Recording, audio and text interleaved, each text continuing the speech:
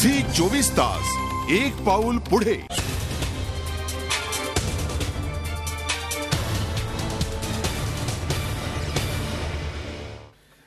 भ्रष्टाचाराचा चिखल या विषयावर आपण चर्चा करतो. आपल्या सोबत आहेत अरविंद इनामदार आणि विश्वंभर चौधरी. डॉक्टर विश्वंभर चौधरी, तुम्हाला एक प्रश्न विचारायचा आहे. असा कुठला टर्निंग पॉइंट असतो माणसाच्या आयुष्यात की ज्या वेळा माणूस सदाचाराचा मार्ग सोडून भ्रष्टाचाराचा मार्ग अवलंबतो आणि त्याला प्रतिष्ठा मिळते? नक्की. एक म्हणजे पहिलं तर नोकरीपासूनच सुरुवात होते. तो विचार करतो की मी देणार आहे तर मी रिकव्हर कसा करू, तिथून तो सुरुवात आहे. मला असं वाटतं पहिल्यांदा पारदर्शीपणे लोक भरती ही पहिली त्याची गोष्ट आहे. दुसरं मी आपल्याला सांगेन की प्रतिष्ठा या समाजाची ही जोपर्यंत सवय सुटत नाही की उतरला मर्सिडीज मधून की ठोक चला, त्याचं कर्तृत्व काय, त्यानं केलंय काय, गळ्यात सोन्याच्या साखळ्या त्याने आणल्या कुठून, याच्याकडे समाज पाहत नाही. तिसरं, आमच्या सुशिक्षित लोकांचा जो भित्रेपणा, असुरक्षितता आणि कुठेतरी नैतिकता आपली जर दाखवली तर काय परिणाम होईल. एक मी उदाहरण सांगेन. आज आपल्याला अनेक कलाकार दिसतात की जे सरकारी कोट्यातून घर मिळावं यासाठी मूर्ख लोकांच्या, ज्यांची लायकी नाही अशा लोकांच्या याचना करतायत. मी आपल्याला उदयचे एक थोडं उदाहरण सांगेन. उस्ताद थिरकवा जे होते, तबला नवाज उस्ताद थिरकवा साहेब, यांच्या आयुष्यात एक प्रसंग घडला. यांना एका सरकारी कार्यक्रमाला बोलवलं होतं आणि सरकारी कार्यक्रमाचं झाल्यानंतर कलेक्टरनी त्यांच्यापुढे व्हाउचर ठेवलं सहीला मानधनाच्या. आणि उस्ताद थिरकवा हे अहमदजान थिरकवा हे अंगठा लावत होते, त्यांनी अंगठा लावला. तर कलेक्टर त्यांना म्हणाले की काय कमाल आहे, एवढे मोठे तबला सम्राट तुम्हाला साधं लिहिता येत नाही. त्यांनी जे उत्तर दिलं ते फार सुंदर होतं. ते म्हणाले, लिहू वाचू शकणारे उत्तम इंग्रजी तुझ्यासारखे 500 कलेक्टर या भारतात आहेत, पण अहमदजान थिरकवा फक्त एक लक्षात घे. हे म्हणताना थिरकवा साहेबांना हे नाही वाटलं की हे पुन्हा आपल्याला शासकीय कार्यक्रमाला बोलवतील की नाही. प्रतिभावंतांनी घाबरण्याचं काहीही कारण नाही, मिंद होण्याचं काही कारण नाही. गुणवत्ता असेल तर लोक तुमच्याकडे येतील. राजाश्रयाची गरज नाही, लोकाश्रय महत्वाचा आहे. परंतु आमच्या सगळ्याच समाजाला एका असुरक्षिततेने घेरलंय. आम्हाला असं वाटतं की आमचं जे भवितव्य हा डॉनच्या, गुंडांच्या हातात आहे, या लोकांच्या हातात आहे. आम्ही कशाला त्यांच्या विरोधात बोलू, ही एक नियत. आणि मी शेवटी आपल्याच मुद्द्याला जोडून सांगतो की खरोखर आपण म्हणलात ते अगदी बरोबर आहे. ज्ञानेश्वर तुकारामांच्या काळातल्या दोनही श्रीमंत माणसांची नावं जगाला आज माहिती नाहीत, परंतु ज्ञानेश्वर तुकाराम मात्र आणखी काही वर्ष, हजारो वर्ष चालतील. लोकांनी पैशाचं महत्व खरं म्हणजे किती कमी आहे हे लोकांनी लक्षात घेतलं पाहिजे असं मला वाटतं. लोकांनी पैशाचं महत्व किती कमी आहे यापेक्षा सुद्धा ते किती अल्पकाळ आहे, पैशापेक्षा सुद्धा लक्ष्मीला महत्व आहे. ती लक्ष्मी मिळवायची का पैसे मिळवायचे हा निर्णय तुमच्या हातात असतो. आपल्या सोबत आहेत सुधाकर गोगावले. सुधाकर गोगावले अलिबागहून आहेत.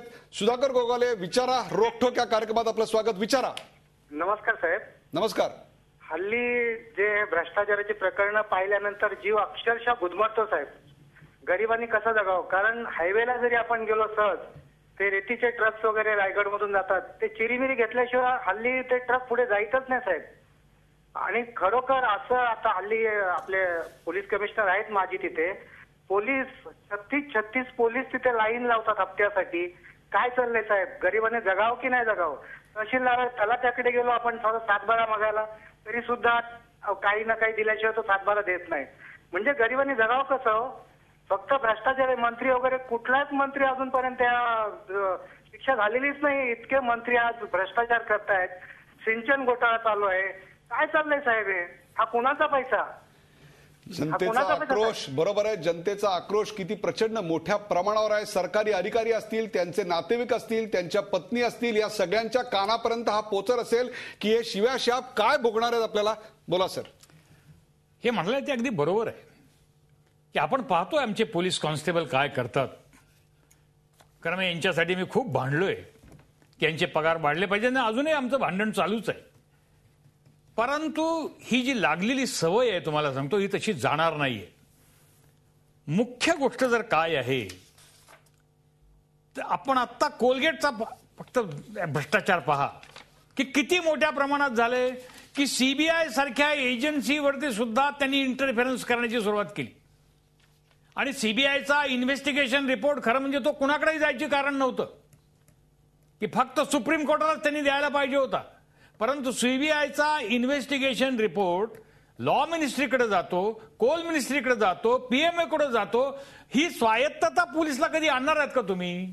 वा वा. त्याचं कारण असं आहे बरं का की इन्व्हेस्टिगेशन जर करायचं आहे तुम्हाला, तर इन्व्हेस्टिगेशन करायचं म्हणजे स्वायत्तता पाहिजे. तुम्ही सीबीआयचा डायरेक्टर केल्यानंतर त्याला काहीतरी स्वायत्तता पाहिजे. इन्व्हेस्टिगेशन म्हणजे कुठल्याही गुन्ह्याचा तपास करत असताना खरं म्हणजे सुप्रीम कोर्ट सुद्धा त्यांच्या रुलिंग प्रमाणे इंटरफेरन्स करू शकत नाही. पण आमचे मात्र मंडळी, आमची नेते पुढारी हे मात्र प्रत्येक ठिकाणी इंटरफेरन्स करत असतात, ते लक्षात ठेवा आपण. पोलिसला म्हणून आम्ही सारखं सांगते, पोलीस कमिशनने 1981 पासून सांगितलेलं आहे की काय केलं पाहिजे. मला दुसरं एक असं म्हणायचंय की हे म्हणतात ही गोष्ट खरी आहे, परंतु जिथं अशी माणसं 25-30 माणसं भ्रष्टाचार करतात तिथे 1000 लोकांचा मोर्चा का जात नाही हो? वा वा, का अतिशय चांगली गोष्ट आहे. आपण पाहिलं की दिल्लीमध्ये काय झालं. म्हणजे दिल्लीमध्ये रेपची केस झाल्याबरोबर जेव्हा माणसं बाहेर पडली शेकडोच्या, हजारोच्या, लाखो संख्येनं, की सरकारला झुकावंच लागलं. अरे जिथं सरकार झुकू शकतं तर पोलीसवाला आहे का ऐवजी? मला तुम्ही सांगा, ज्या नाशिककरांनी कुसुमाग्रजांना डोक्यावर घेतलं, त्यांच्या नावानं बाग उभी केली, त्यांना ज्ञानपीठ मिळालं, त्या नाशिककरांपैकी 1000 माणसं उद्या सकाळी उठून गुलमोहर सोसायटीच्या बाहेर निदर्शनं करू शकत नाहीत का? जरूर करतात, पण करणार नाहीत. कारण त्याच्यासाठी आपल्याला पक्षीय बळ लागतं, त्याला कोणीतरी नेता लागतो. पण जोपर्यंत स्वतःहून तुम्ही येत नाही, तुम्हाला राग येतोय ना, एका 10 माणसांनी जाऊन तिथे उभं राहावं की हे असं चालू शकणार नाही या देशात. हा देशातल्या सर्वसाधारण माणसाचा आक्रोश आहे, तुम्हाला सांगतो.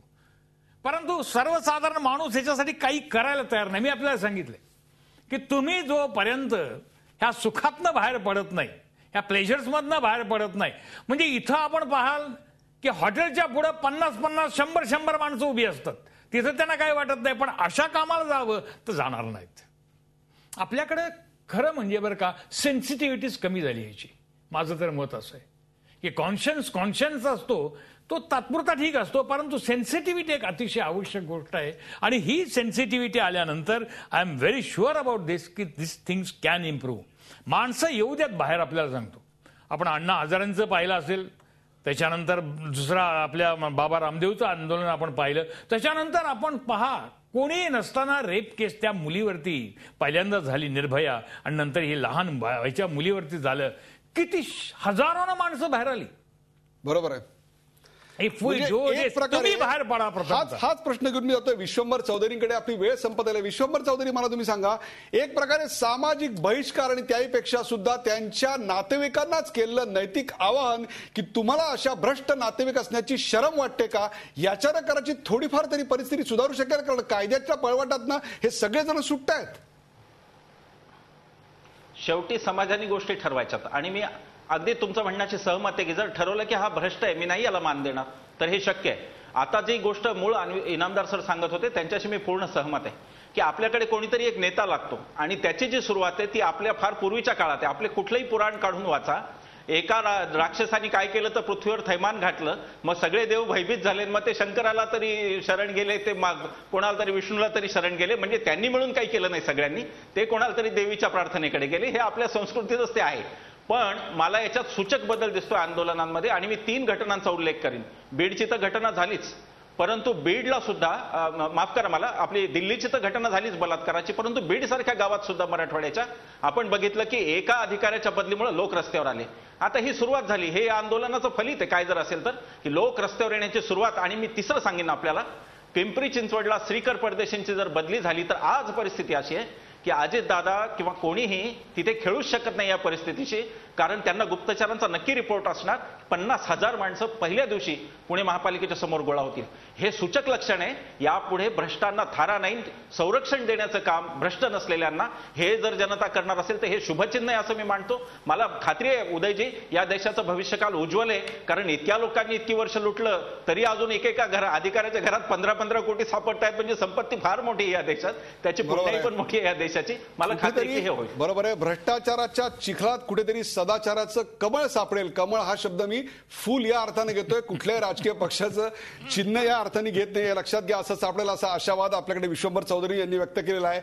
या कार्यक्रमाचा शेवट करताना मी जाणार आहे अरविंद इनामदार यांच्याकडे. पण त्याच्या आधी आज जो रोखठोक प्रश्न घेतलेला होता, तो रोखठोक प्रश्नावर जनमताचा कौल काय होता तो पाहूया. आजचा रोखठोक प्रश्न होता, सरसकट सर्वच सरकारी अधिकाऱ्यांची भ्रष्टाचाराकरता चौकशी व्हावी का?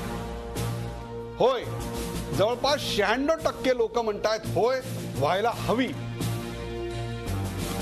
जनतेचा कौल किती स्पष्ट आहे आपल्या लक्षात आलं असेल. या कार्यक्रमात शेवट नेहमीप्रमाणे मी करणार नाहीये. मी आधी आभार मानणार आहे सगळ्यांचे आणि मग या कार्यक्रमाचा शेवट अरविंद इनामदार यांना करायला सांगणार आहे। या कार्यक्रमात सहभागी झाल्याबद्दल अरविंद इनामदार, डॉक्टर विश्वंभर चौधरी, विलास सोनावणे, अजय सोनावणे, दिनेश गोस्वामी, प्रवीण राजपूत, बाळकृष्ण, मनोज सोनार, हरी चकोर, अनिरुद्ध जोग, सुधाकर गोगावले आणि नरेंद्र माने या सर्वांचे आभार। सर, शेवटचं वाक्य तुमच्याकडून। मला एक मुद्दा म्हणून सांगायचं की विली ब्रँड नावाचा अत्यंत मुत्सद्दी म्हणून गेला की हा भ्रष्टाचाराबद्दलचं काय आहे, तेव्हा त्यांनी जे सांगितलं ते फार महत्वाचं। आणि त्यांनी सांगितलं की चारित्र्य घडवणारं शिक्षण जोपर्यंत लोकांना मिळत नाही तोपर्यंत राष्ट्रहिताच्या ऐवजी पक्षहिताचं म्हणत म्हणत स्वहिताचंच माणूस नेते काम करू लागतात। वाह वाह, हे सगळ्यात महत्वाची गोष्ट आहे। आणि त्याच्याबरोबरच म्हणतायत की एकदा सत्ताधारी असे झाले, उधळे झाले, स्वार्थी झाले की त्यांच्याबरोबर त्यांचे जे चेले असतात ते दहापट अजून त्रास देतात। वाह, की आगीच्या दहेनं गरम झालेले धागीनं गरम झालेले ती जी तुमचा जे वाळू असते ना ती जास्त तापलेली असते तुम्हाला, तशापैकी ही परिस्थिती आहे। आणि जनतेचा असा फसवणूक करणं हा किफायतशीर धंदा आपल्या देशामध्ये झालेला आहे। हे विली ब्रँडने त्यावेळेला सांगून टाकले, लक्षात ठेवा। आणि मग गुंडांचं राज्य येतं आणि गुंडांचं राज्य आल्यानंतर गुंड पकडले तर मग ती सिस्टम अशी सोय करते की ते गुंड त्यातनं सुटतील आणि मग अराजकाकडेच आपण येत असतो, हे लक्षात ठेवा। हा भ्रष्टाचार म्हणजे साधा भ्रष्टाचार नाहीये, हा शेवटी आपण अराजकाकडे प्रवेश करतो। कारण म्हणजे one of the most important reasons की ब्रिटिश काल या देशामध्ये तर इथं इतका भ्रष्टाचार इतका प्रचंड वाढला होता, लॉ अँड ऑर्डर एवढी बिघडली होती की लोकांनी सांगितलं शेवटी वेलकम केलं आपण, लक्षात ठेवा। पुण्यामध्ये गुड्यात आपल्याला पण शेवटी मी असं म्हणेन की कायद्याचा धाक नाही, इतक्या पळवाटा ठेवल्यात की काही बघायचं कारण नाही की 600 कमिट्यांनी रिपोर्ट दिलेत, लक्षात ठेवा, पण अंमलबजावणी कशावरतीच करायची नाही। एक शेवटी तुमच्या परवानगीने एक शेर मुद्दा म्हणून कोट करतो कि तूफान से क्या बात हुई प्यारे मांझी समझाओ, तूफान से क्या बात हुई प्यारे मांझी समझाओ, दरिया गिरवी रखा है या साहिल को ही बेच दिया है। वाह, दरिया गिरवी रखा है का साहिल को ही बेच दिया है, याच वाक्यावर आज या कार्यक्रमाचा शेवट करूया। ताज्या बातम्यांसाठी पाहत राहा झी 24 तास, एक पाऊल पुढे।